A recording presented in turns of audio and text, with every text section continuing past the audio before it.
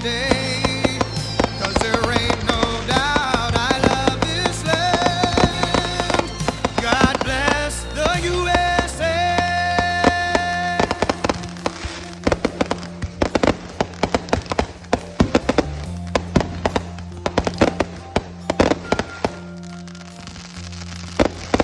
From the lakes of Minnesota to the hills